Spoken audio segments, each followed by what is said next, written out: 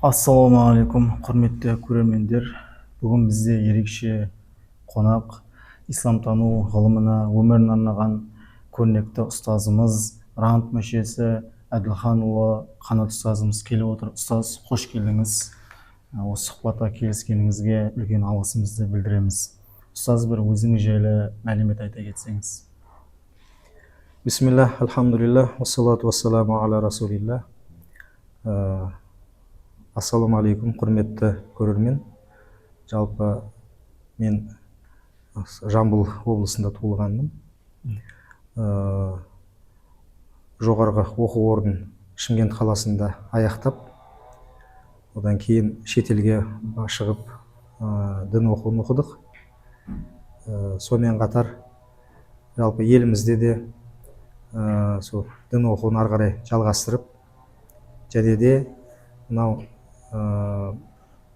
бірқатар оқу орындарында ұстаздық қызмет жасап, кейін имамдыққа қарай ауысып, және қазіргі таңда сол Жамбыл облысы Байзақ ауданы Байзақ баба мешітінің бас имамымын.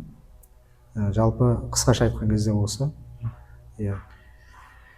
Жақсы, ұстаз, Алла разы болсын. Ұстаз, енді біз сізге қоятын сұрағымыз енді уәдеге деген беріктік жайында және мұсылманның көркем мінезі жайында айта кетсеңіз. Бисмиллахир-рахманир-рахим. Жалпы мынау мұсылманның көркем мінездерінің әр түрі бар. Соның ішінде мына уәдеге беріктік деген бұл да ізгі жақсы көркем мінездердің бірі болып есептеледі. Мұсылман баласына сондай жарасымды мінездердің бірі. Себебі қазіргі таңда уәдеге беріктік деген жаңағыдай шаммен іздеп табатын сондай бір кейде уәдеге берік адамдарды іздейтіндей жағдайда болатын сондай бір қоғамда өмір сүріп жатқандаймыз кейде. Енді әлбетте көпке топырақ шашуға болмайды. Енді бұл сөзді мен емес, Ақселеу Сейдімбек этнограф ғалым ағамыздың айтқаны бар ғой. Ол кісі бір журналистке сұхбат беріп жатып, осы қазақтың қандай жоғалтқаны бар деген сұраққа ол кісі қазақтың қазіргі таңда жоғалтқаны осы мынау уәдеге беріктік, сөзде тұру деген мінезінен айырылып қалған сияқты деп ол кісі айтады. Сонда қазақтың даласы мен ары бері өткен жаһан кездер қазаққа бір ғана баға берген екен. Бұл қазақтың сайын даласында үлкен мәселелер бір ауыз сөзбен шешіледі екен, бір ауыз уәдемен шешіледі екен деп осылай баға берген екен. Яғни бұрынғы заманда адамдар уәдеде тұрған, сөз берсе сөзінде тұратын болған екен. Сондықтан уәде жайында пайғамбар алейхиссалату вассаламның хадисі де бар ғой бұған байланысты. Мынау аятул мунафиқи салас, мұнафиқтың 3 белгісі бар дейді.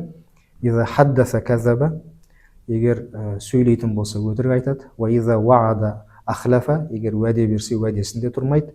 Ва иза тумина хан, егер аманат тапсырылса аманатқа қиянат жасайды дейді. Сонда осының ішіндегі біреуі уәдесінде тұрмайды деп айтып отыр. Демек, мұнафиқ адамға 200 адамға тән сипат екен уәдеде тұрмау деген нәрсе. Ал мұсылман адам уәдеге берік болу керек. Халқымызда сөз бар, уәде бұл Құдай сөзі дейді. Сондықтан да тағы да жаңағы уәдеге байланысты көптеген сөздер бар. Жалпы жігіттің 2 сөйлегеннен без дейді, жігіттің 2 сөйлегені өлгені дейді. Сондықтан да бұл осы бір жақсы ізгі мінезді, көркем мінезді ойымызға сіңіріп, уәдеге берік өмір сүруге талпынғанымыз дұрыс болады екен. Жақсы, осы уәдеге қатысты сұрағымыз бар. Уәде Құдай сөзі дейді халқымыз. Бұған байланысты Құран хадисте не айтылған? Алла тағала Құран кәрімде айтады: "Астаизу билла ва уфу бил ахди иннал ахда кана мас'ула". Садақаллахул азим. Алла тағала айтады: мынау уәдеге, сертке берік болыңдар. Себебі уәде, серт ол сұралады дейді. Ертең күні кімге уәдеге берген болсақ, ақыретте де соның сұрауы болады екен дейді Алла тағала Құран кәрімде. Ал пайғамбарымыз алейхиссалату вассалам хадисінде айтады: "Әл муслимуна аля шурутихим". мұсылмандар өздерінің байласқан шарттарына сай өмір сүреді дейді. Қандай да бір уәде берген болса, сол уәделерін орындайды деп пайғамбар алейхиссалату вассалам мұсылман адамға сондай жаңағы сипаттама беріп отыр екен. Сондықтан бұл уәде деген, қарап отырсақ, мұсылманның бірден бір сипаттарының бірі. Керек десеңіз, пайғамбар алейхиссалату вассаламға сұрақ қойылады ғой, жаңағыдай мұсылман адам қорқақ болуы мүмкін бе деген кезде, иә, қорқақ болуы мүмкін дейді. Сараң болуы мүмкін бе десе, иә, сараң болуы мүмкін дейді. Мұсылман адам өтірікші болуы мүмкін бе десе, жоқ, мұсылман адам өтірікші болуы мүмкін емес дейді. Яғни жаңағы мұнафиқтың екі белгісі, үш белгісі де бар ғой. Соның алғашқысы жаңағы өтірік сөйлеу, екіншісі жаңағы уәдеге берік болмау ғой, мұнафиқ адамның белгісі. Сонда қарап отырсақ, мұсылман адам керісінше мұнафиқ адам сияқты емес, сөз айтатын болса шындықты айтатын, уәде беретін болса уәдесінде тұратын, сондай бір сенімді адам болуға тиіс. Яғни мұсылман адам, бір сөзбен айтқан кезде, қоғам үшін ол өте сенімді адам болуға тиіс. Жақсы, рахмет, алла разы болсын. Сөз келесі тағы бір сұрағымыз, осы уәдеге қатысты ата бабаларымыз қандай сөздер қалдырған? Енді ата бабаларымыздан қалған әлбетте сөздер көп. Жақсылыққа жерік кісі, уәдесіне берік кісі деп айтады, мысалы, көп. Енді жалпы ата бабамыздан қалған сөздер өте көп қой. Мына нәрсені айтқым келіп отыр, жалпы төл тарихымыздан бір оқиға, енді көптеген оқиғалар бар негізінде. Соның біреуін айта кететін болсақ, кезінде Қырымның билеушісі болған Мамай деген. Сол Мамай Ақпанбет деген бір кісінің ауылына шабады.